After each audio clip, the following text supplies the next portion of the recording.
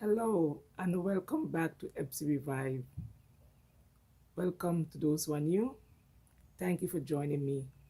Thank you for allowing me the privilege to speak with you on issues that as women we struggle with.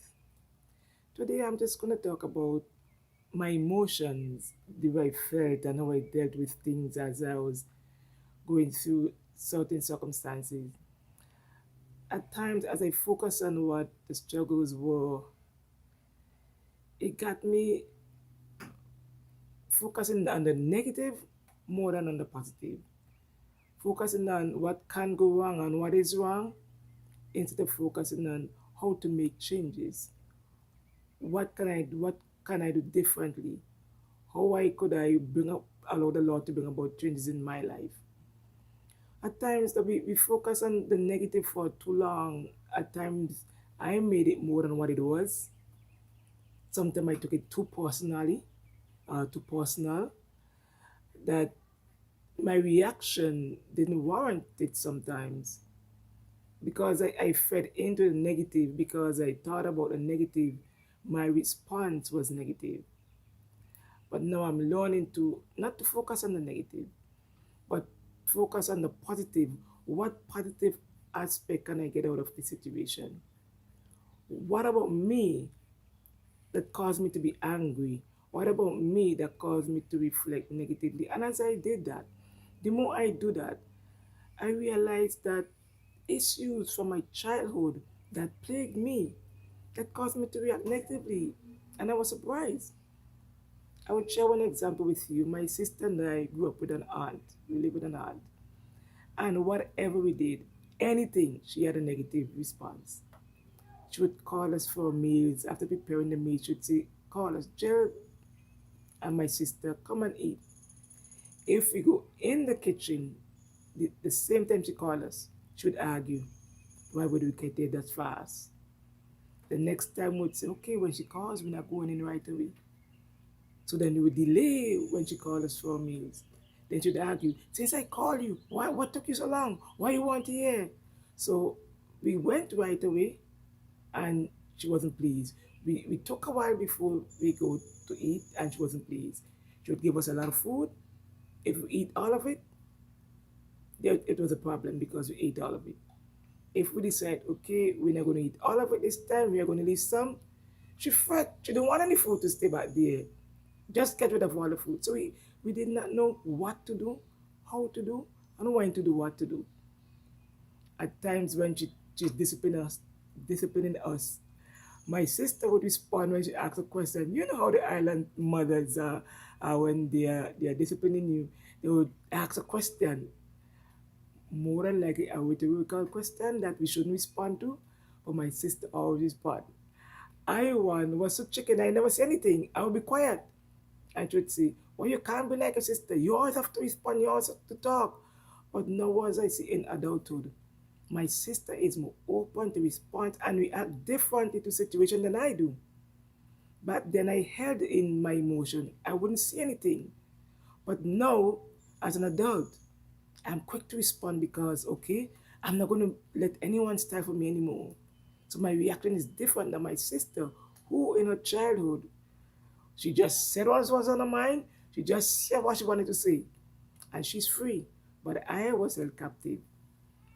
So then, even back then, I was taught to suppress my emotions, to suppress my feelings. I wasn't taught how to deal with them in a positive way. So I brought those into my relationship now with the same behavior, not knowing how to respond, responding in a negative light, even if it is negative. But to me, because of what happened to me in my childhood and many other experiences, even to my teenage and my young adult years, that caused me to react in this manner, that caused me to see everything as something that is about me and against me.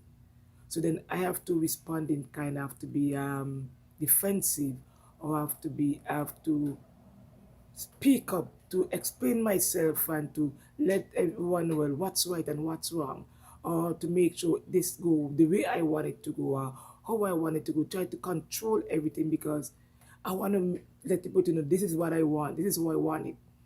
because of what has impacted my life.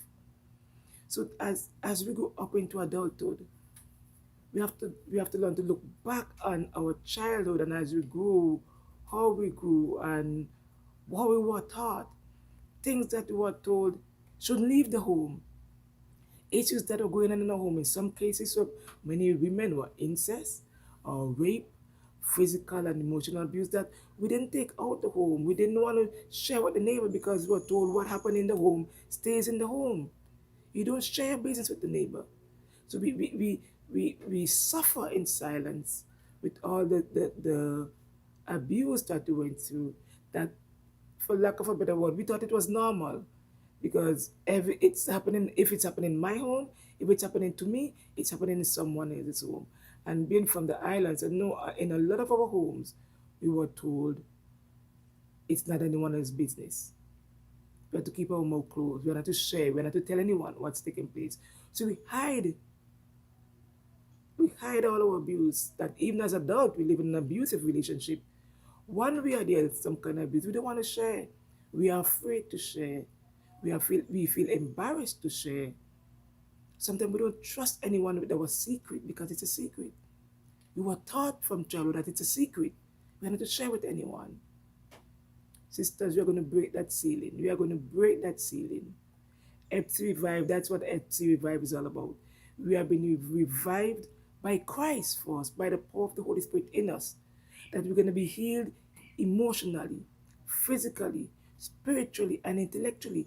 We are going to deal with these emotional scars. We are going to deal with these emotional wounds. We are not going to hold on to them anymore. By Christ, we are going to be victorious. By Christ, we are going to be healed.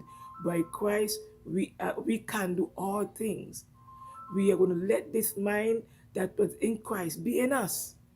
Our minds are going to be renewed. We're not going to be holding on to those pain and those hurt anymore.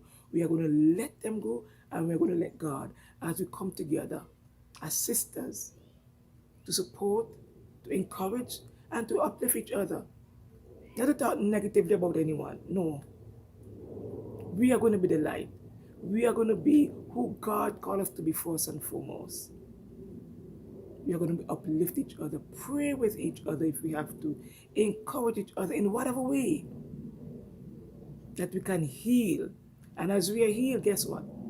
Our homes, our environment will change. Our children, we will see the change in our children because the change has started with us. We are going to see the difference in our home because it has started with us. So let us join together. Let us band together. Let us work together as women of God, as women, so that we can heal. We can experience true healing, real healing from the depth of our hearts. Healing from inside, not outside. We don't just want to put on some makeup and do our hair and dress and look pretty on the outside. We want our healing to start from the inside out. So what is taking place on the inside will be reflected on the outside. So thank you once again for joining me on this episode of What is Hidden, It Has to Come to Light. Let us bring it all to light and be healed. Join me now as we transition over to the kitchen. Okay, now welcome to my kitchen. Today I'm going to share with you a recipe on cheese substitute. Yes, cheese substitute. It's not a cheese, it's a cheese substitute, something that you'd replace cheese with. And it's made from potato and carrots. Yes, using the potato and the carrot in the kitchen. Here my little granddaughter Emily is calling me. I'm a grandma of 10 grandchildren. So yes, you're gonna hear some kids in the background and you hear someone's calling me. She's calling me. And she may be coming right here and you may see her. Yes, I'm gonna make a cheese substitute from potato. So here I have 1 cup of cooked potato, the regular Irish potato that you have in the kitchen. 1 cup of cooked potato.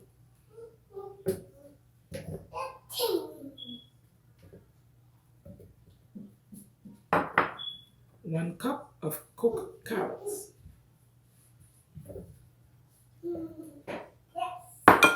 1/2 medium onion. Half a medium onion. This is a basic recipe, so you can add or subtract as much as you would like to. But this is the basic recipe. 1 teaspoonful of salt. You can choose to use whatever salt you like. A half of a lemon, 1/2 of a lemon. The juice of 1/2 of a lemon. I have 1 cup of the water that I boiled the potato in. 1 cup. Now I'm going to blend. I move these out of the way so I can put the blender that you can see. And also 1 cup of, I have olive oil. You are free to choose which oil you would like to use.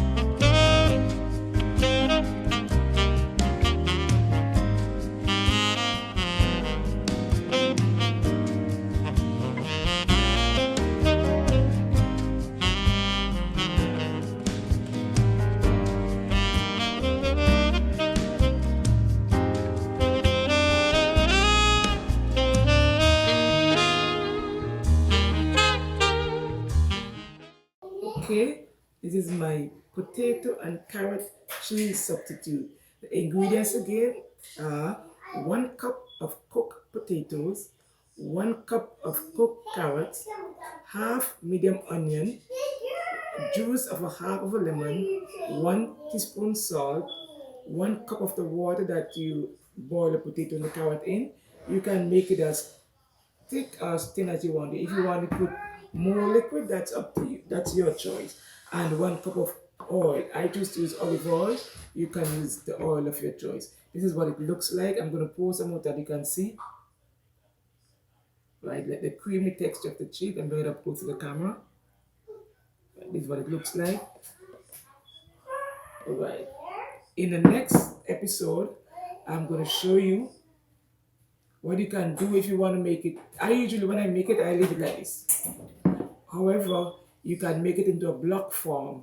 I will show you on the next episode what you can do to make it in a block form and also prepare a dish that you can see what it looks like in the dish. So don't forget to like, share, and subscribe, and also leave a comment at the bottom. Let me know if these recipes that I've shared with you, if you tried it, and what it is like. So thank you again for joining me on Epsi Revive.